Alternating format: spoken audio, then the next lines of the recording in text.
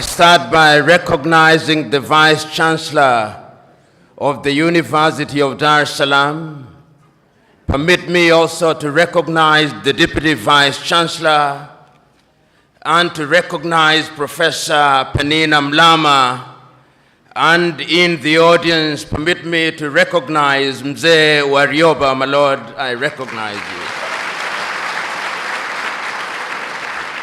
I also take this opportunity to recognize the other academics who are present here, the students who are here, and members of the press. I'm so very happy to be invited once again to be present with you to celebrate and commemorate the life and times of Mwalimu Julius Kambarage Nyerere. I first came to Tanzania as a student on the 9th day of December 1984 when I was a student leader at the University of Nairobi, and the then president of Kenya invited me among other students to accompany him, and that is when I met Mwalimu Nyerere.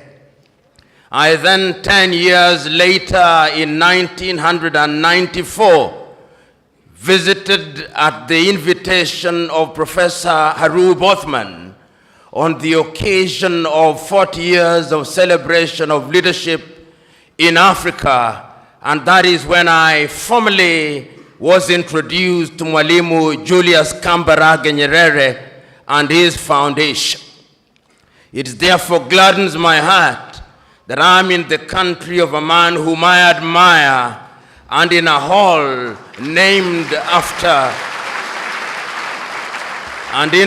that is named after another great African, the Osagyefo, Dr. Kwame Nkrumah.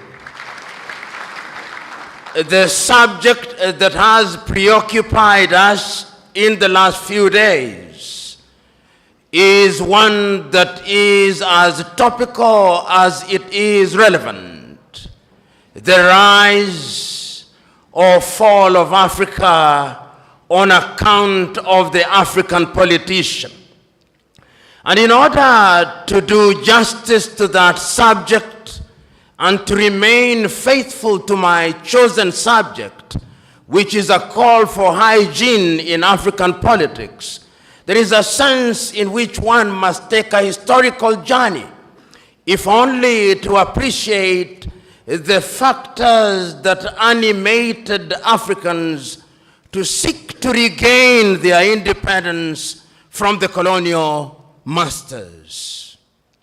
Historians will remind us that we were first enslaved, that Africans were taken, and this we seldom say. The first civilization to take Africans out of this continent were the Arabs. And they took Africans from the eastern coast. And it is sad that in that part of the world, there are not many Africans who remained, because it was in the business of the Arab enslaver to castrate Africans. We never say that, but we must say it because it is historically significant. Then the Europeans came, the Portuguese came, the Spaniards came, the Germans came, the French came, the Belgians came. Africa became the hunting ground for the European colonizers, and we were the spot. Our ancestors built the United States of America. Our ancestors built Europe. And when slavery had lost its shine and sheen, the Europeans abolished it. But they replaced it with yet another pernicious enterprise, the colonization of Africa. The Europeans sat in Berlin, in Germany, in 1884, and they looked at the map of Africa and parceled it out. The British had their share. The Germans had their share, and Tanzania or Tanganyika was their share, as was Rwanda and Burundi. The Spaniards were Johnny-come-latelys in the arena, and they got little Equatorial Guinea and Southwest Africa. The French were here, the Portuguese were here, and we were colonized. This time round, they did not take us away. They came here, and they controlled us, and they told us, not in so many words, that we were children of a lesser God. And we were treated as if we were children of a lesser God.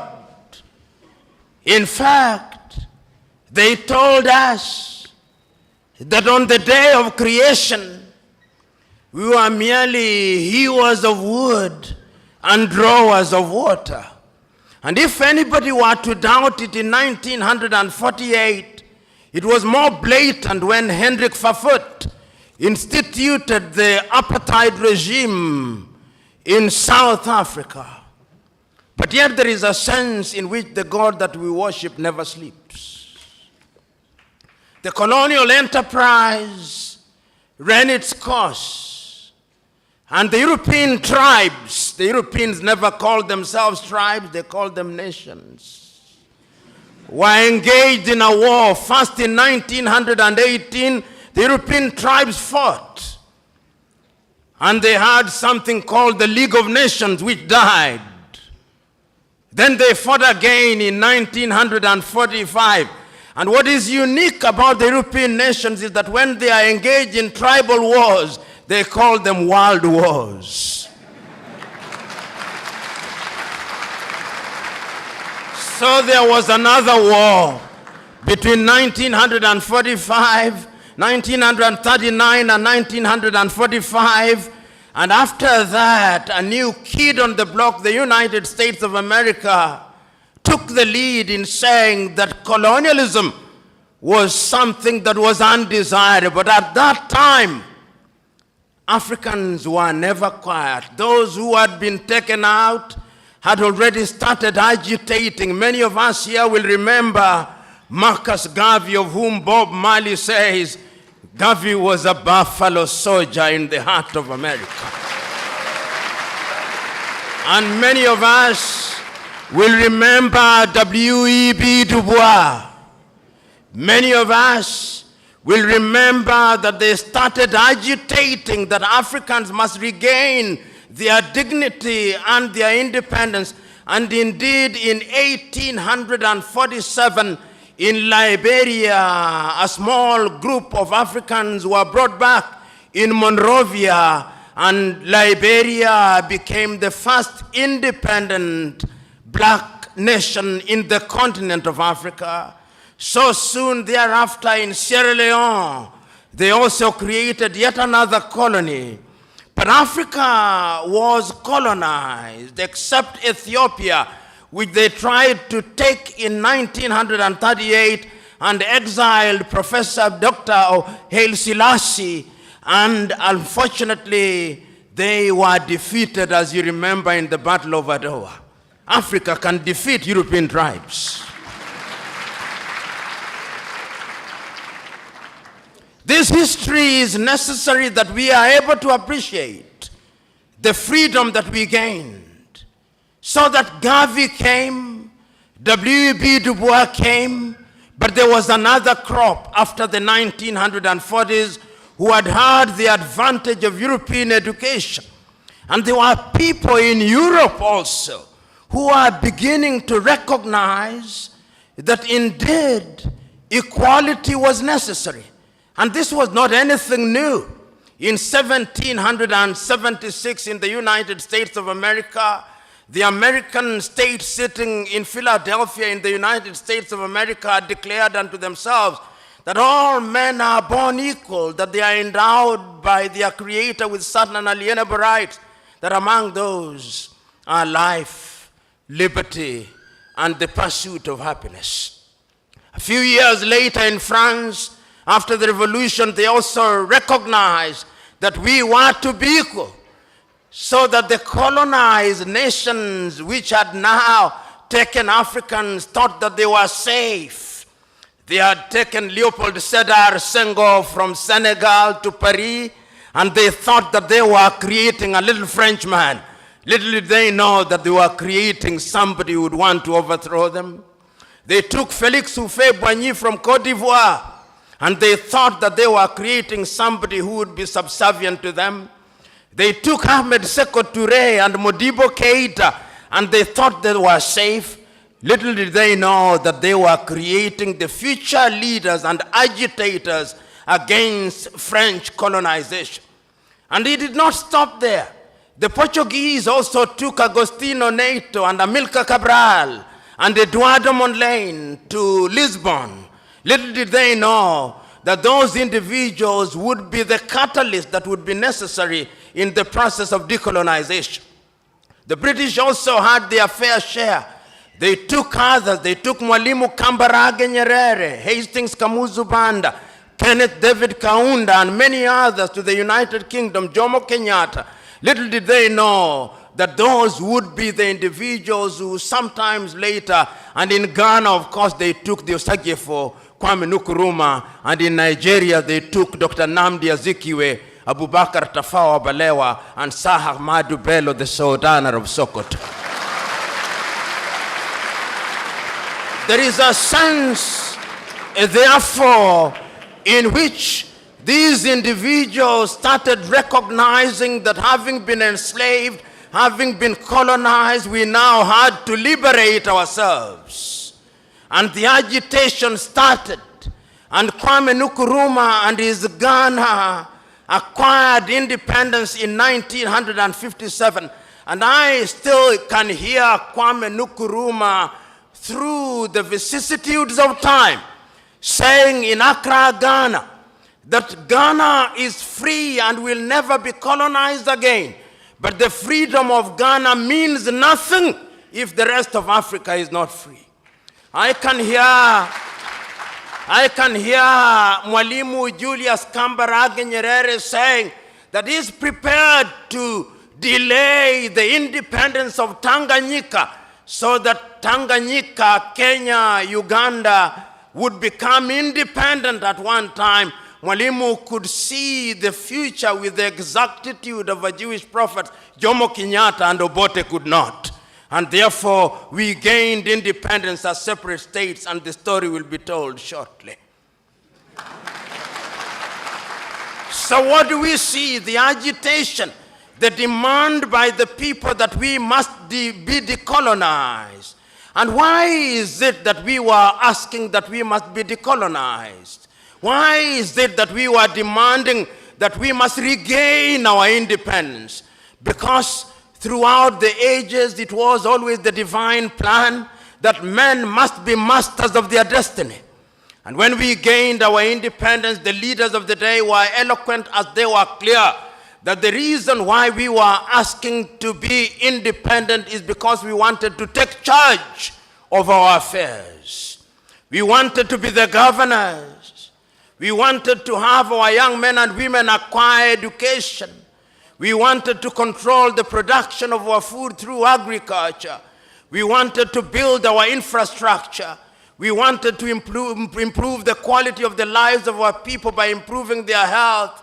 We wanted to eliminate poverty. We were clear on what we wanted, and this message was as clear in West Africa as it was clear in East Africa, as it was clear in Central Africa, as it was clear in Northern Africa, so that if you listen to Kwame Nkrumah, it's as if you'd listen to Agostinho Neto, and if you listen to Neto, it's as if you'd listen to Samora Moses Machel, and if you listen to Ahmed Ben Bella in the Maghreb, it's as if you'd listen to Patrice Emery Lumumba. There is a sense in which there was unanimity that this was the only way, and we attained independence. And I remember so very vividly, in 1957, in Casablanca, Morocco, was it in 1960, when the then 8 independent African countries met on the Osagie for Kwame Nkrumah, was clear that we must ensure that everybody else regains their independence, and that we must remember that the colonial master is not asleep, and that if we don't unite, he'll come under other guises through the neo-colonial project, but they listened to Kwame Nkrumah not. And even before they assembled in 1963, in the month of May in Addis Ababa, Ethiopia, no sooner had countries started attaining independence than the neo-colonial project started taking root. And in 1960, the first coup d'etat and assassination took place in Togo when Sylvanus Olympio was eliminated. 1 year later, Patrice Emery Lumumba was eliminated.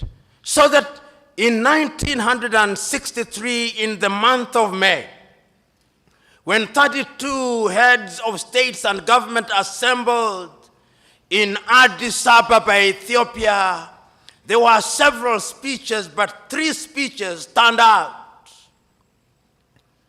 Kwame Nkrumah's speech, Mwalimu Kambarage Nyerere's speech, and Emperor Haile Selassie's speech. Haile Selassie was the host. And in own inimitable style, he reminded the congregation who are present in Africa Hall in Addis Ababa, Ethiopia, that was a momentous occasion, and that the long-term health of Africa not only required but demanded that Africa must pull in the same direction, Haile Selassie said. And Mwalimu took the baton from Haile Selassie and repeated the same words, celebrating the fact that we were independent and we had the opportunity of determining in our affairs. But the greatest of the speeches was that of the Osagie for Kwame Nkrumah. Kwame Nkrumah had a sense of urgency which everybody else did not have.